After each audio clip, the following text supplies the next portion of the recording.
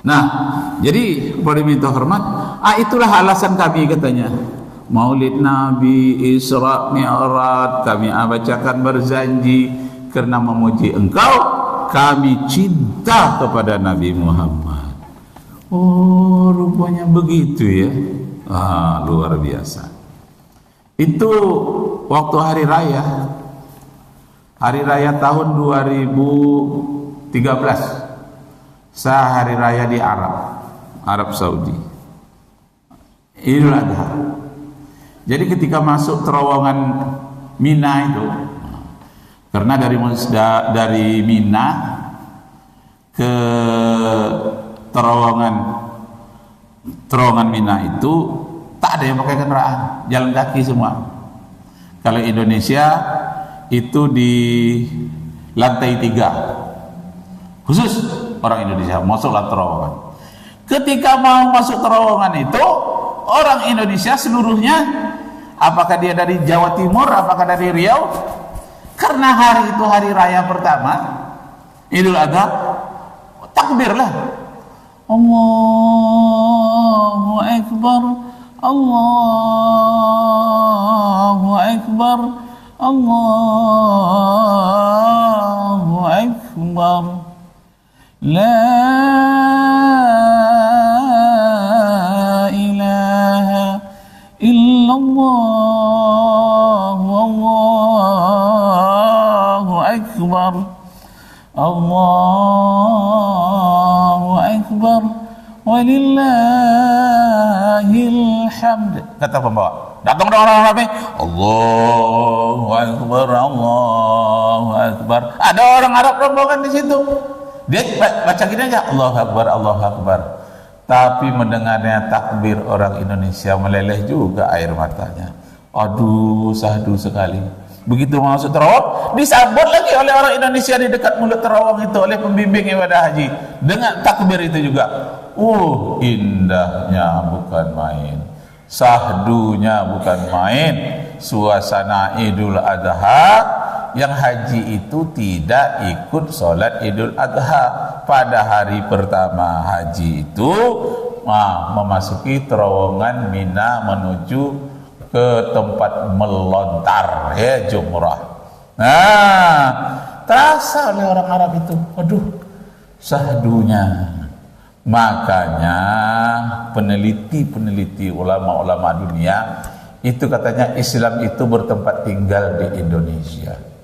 Karena Islam datang ke Indonesia tidak berdasarkan perang, tidak melalui paksaan, tapi asli dari hati ke hati. Ada pedagang bawanya dari hati ke hati.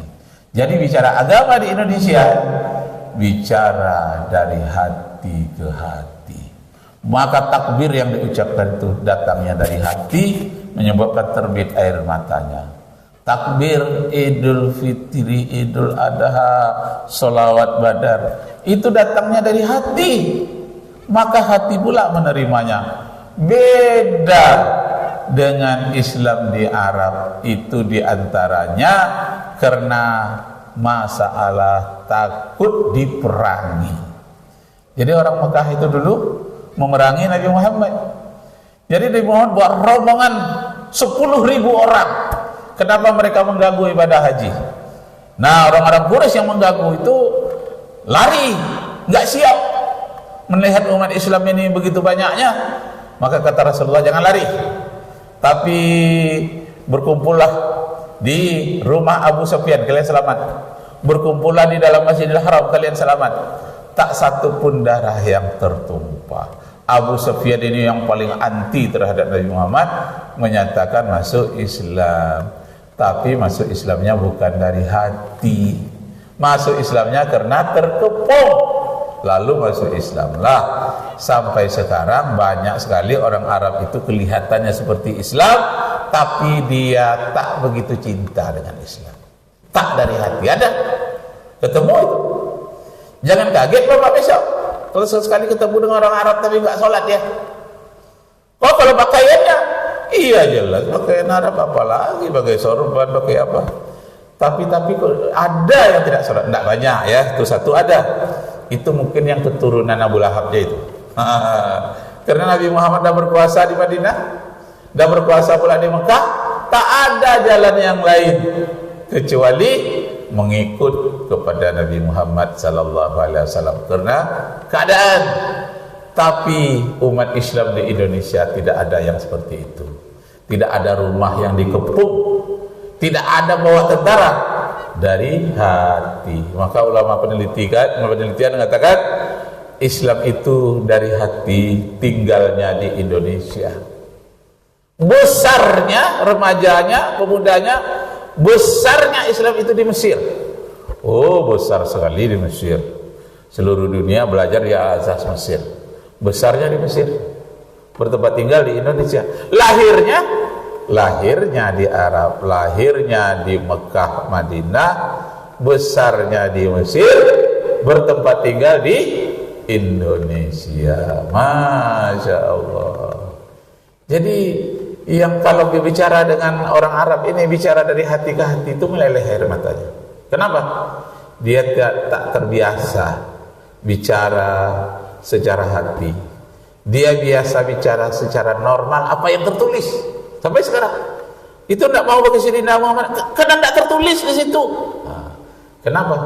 Kurang adabnya. Orang Arab ini kurang adabnya.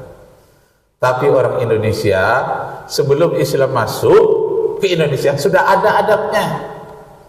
Coba lihat di Jawa mana itu, monggo Pak silakan, sudah beradab. Begitu Islam masuk membawa adab juga, cocok langsung. Sehingga tanah Jawa oleh Wali Songo dalam waktu singkat bisa diislamkan. Kenapa? Cocok. Bicara dari hati ke hatinya itu sudah ada moralnya sebelum Islam datang. Agama Hindu juga mengajarkan moral. Agama Buddha juga mengajarkan moral. Nenek moyang di Indonesia mengajarkan moral dari hati ke hati. Begitu Islam masuk, langsung sesuai. Tidak ada yang bertentangan dengan moral akhlak. Beda dengan di Arab. Dengan di Arab menemui orang-orang yang tidak bermoral seperti Abu Lahab. Bahkan ada yang ulamanya pun kadang tidak bermoral. Ulama dia dari Arab. Bagaimana enggak bermoralnya? Masa Imam Syafi'i dikafirkan ya? Ulama dia itu kafir dia. Kenapa? Mengamalkan yang nak diamalkan oleh Rasulullah, pakai kunut subuh itu tidak ada juga oleh Rasulullah, diamalkan Imam Syafi'i, kafir itu Imam Syafi'i katanya. Masya Allah, ilmunya baru seujung kuku sudah berani mengkafirkan ulama. Ulama ini salah. Imam Al-Ghazali masuk neraka itu katanya. Ya Allah, itu hadis yang ditulis di Ihya Ulumuddin itu 900 lebih, itu dhaif semuanya. Tak tahu dia hadis dhaif itu kalau didukung oleh hadis-hadis yang lain, dia naik tingkatnya menjadi hasan, walaupun tidak sahih, naik derajatnya. Tapi kalau hadis dhaif itu tunggal satunya bertentangan pula dengan akal sehat, baru namanya hadis turun dia dhaif jiddan namanya. Sangat dhaif, itu setara dengan hadis maudhu, hadis palsu. Tapi kalau hadis dhaif itu menyuruh banyaklah baca Al-Quran, menyuruh pahalanya. Kalau kita baca Al-Quran 1 huruf 10 pahala. Kalau sholat malam kita tinggi pahalanya. Kalau menyebut tentang fadilah pahala, hadis dhaif boleh dipakai. Yang tak boleh dipakai hadis dhaif itu untuk menentukan halal dan haram. Babi itu tidak ada dalam Al-Quran itu kulit babi. Yang ada daging babi, lahmul khinzir haram. Tapi tidak ada disebut jildul khinzir, kulit babi.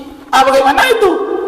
Yang ada hadis dhaif cuman boleh dipakai karena didukung oleh hadis-hadis yang lain. Jadi orang Arab itu kurang berpikirnya Pak dibandingkan dengan kita Indonesia. Mungkin banyak orang Indonesia bisa masuk surga dibanding orang Arab. Iya, saya sudah lama bergaul dengan orang Arab itu. Kenapa? Moralnya kurang. Sampai hari ini tak semua ya, sebagian. Saya hampir saya tendang orang Arab itu. Iya, di Madinah. Kenapa? Saya sakit hati ketika berbelanja di Madinah itu. Kam harga? Ini berapa? 10 riyal, 10 riyal. Ditawarlah oleh kawan saya ini di sebelah 9 riyal katanya. Boleh enggak 9 riyal saja? Marah dia. Nah, mari mau ini 9 rial, ya. Mari plastik yang diambilnya, plastik itu digulung-gulungnya, dileparkannya. Oh, tidak beradab, ini keturunan Abu Lahab mungkin ini, saya bilang. Hampir saya teringat awak di Mekah mau beribadah gak jadi. Walaupun bukan saya yang diperlakukan itu, kawan di sebelah saya baru kenal pula, tapi dengan tingkah lakunya seperti itu saya geram lihatnya, sakit hati. Masya Allah. Jadi pada minta orang Arab harus belajar kepada orang Indonesia.